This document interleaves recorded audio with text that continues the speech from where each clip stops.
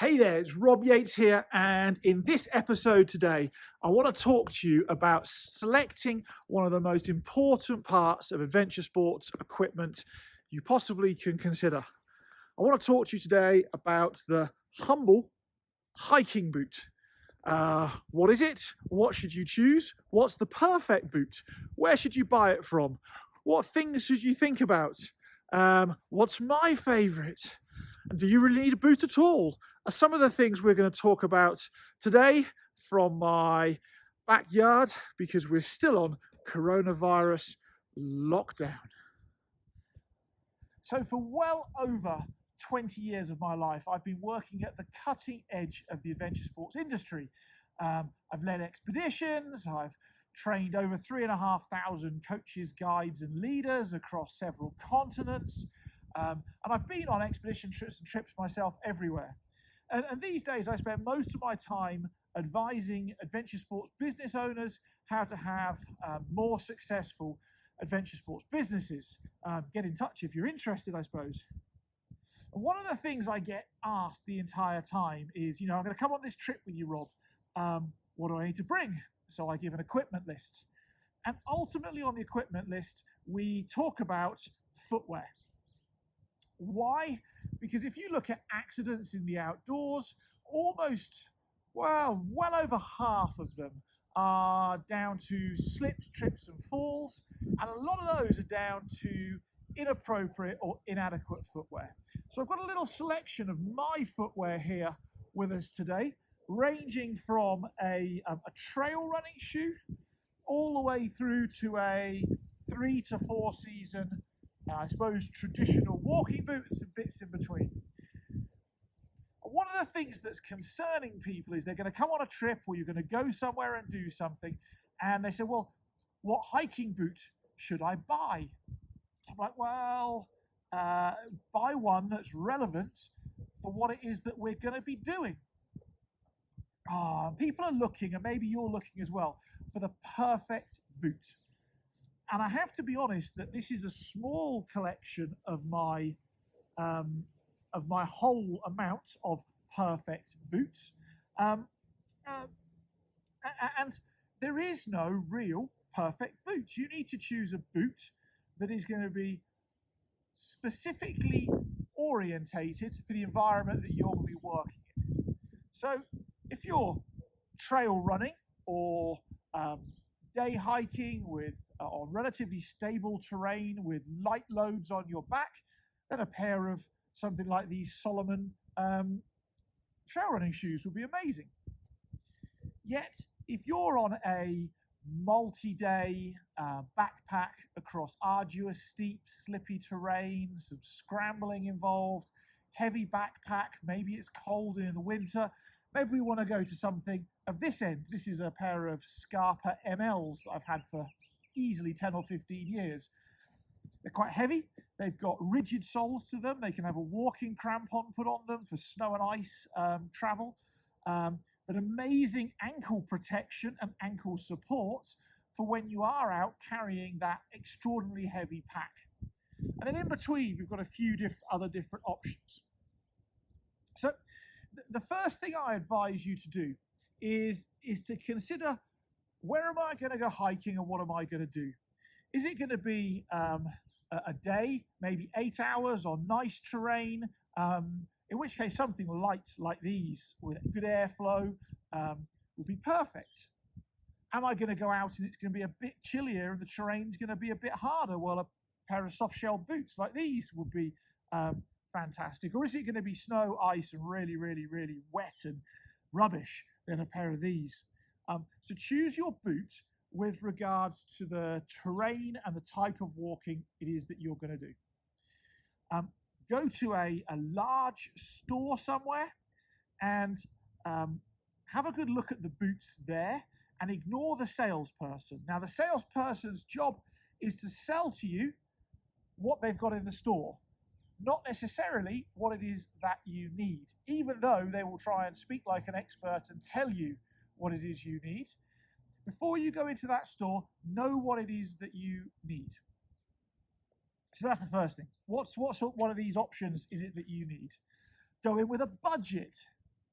And also go in with a thin, very thin pair of socks and a thick woolen pair of socks to go try on these boots with. And try on at least 4 or 5 different brands of the same type of shoe. So if this was the sort of thing you're going to go on, try on these are Solomon, try on Merrill, try on Scarpa, and try on Lower, for instance, as 4 brands that I own. And see what you think, because what you'll notice is that everybody's brand has a different definition of their size. So this is a US 11, whereas this is a US 10.5. They're the same size, actually, just the definition is different. The width is different. How the shoe tightens and loosens is different, and the materials are different. You know, from Gore-Tex through to no Gore-Tex, through to leather. They're all different. So try on a bunch of different boots. And then ask them in the shop, do they have a service where they can fit out your boot for you? Now, all of us have got different shaped feet. And if I can get this out of my boot.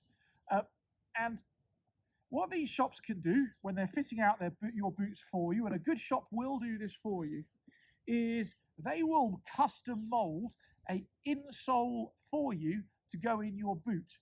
So make sure that your heel arch has the right level of support, to make sure your foot is elevated enough in the boot.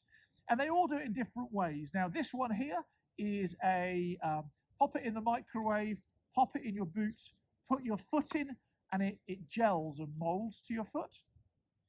Equally, you can also get, and I've got in these boots here, a insole, and you can go and stick in thin films of hard foam into like the arch support and back of the heel and wherever else. So a good shop will be able to fit your boot out for you as well when you found one that you like and is comfortable. Next thing to do is to consider the sole when you're trying on these boots. And so you'll notice this boot here.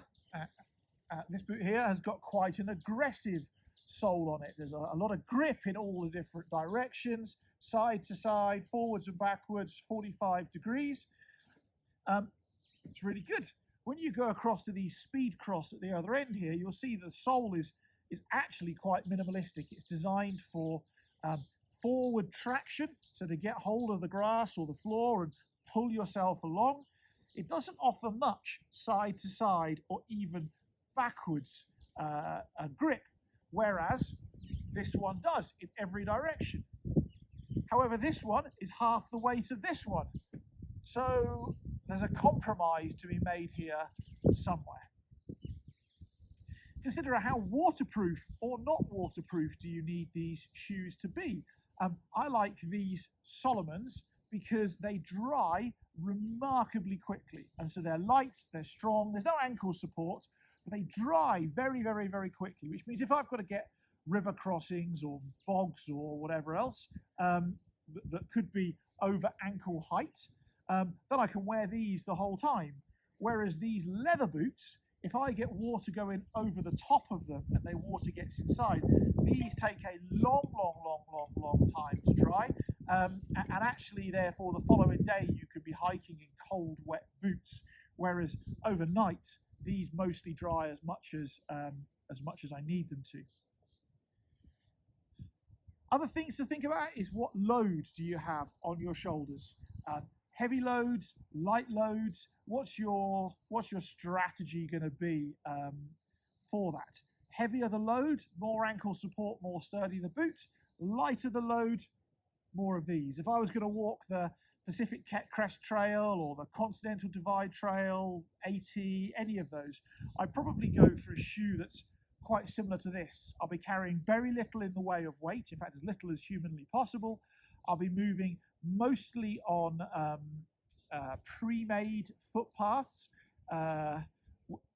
which have a good steady underfooting. So I'll choose these.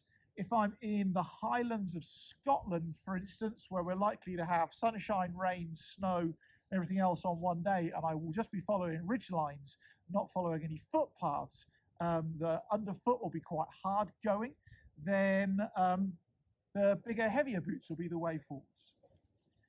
So how to choose the perfect boot? Use your head and understand you're going to have to compromise. Start off with the big picture. Where am I going? What does the boot need to do? How much weight am I carrying? What's the terrain going to be like? And buy something that's appropriate. Now, the good thing about that is you can have across here, I think I bought these about 15 years ago, these about 8 years ago, these are brand new, and these I had 3 or so years ago, is that actually you can end up buying yourself a different pair of boots every year to 2 years and end up with a nice selection and actually have them last over 10 years and always have the right tools for the right job whenever you need them. So there we go. A few thoughts on boot selection. There is no right answer, but there's definitely some betters and worses. And ultimately, comfort and grip, if you can get those two things right in a shoe, you're on to a winner. That's it from me. Go and check out the links below to go and join the We Get Outdoors tribe. Please click subscribe, ring that bell, share, and write a comment. And in the comments, I'd love to know what your favorite pair of boots is. That's it from me. Stay awesome.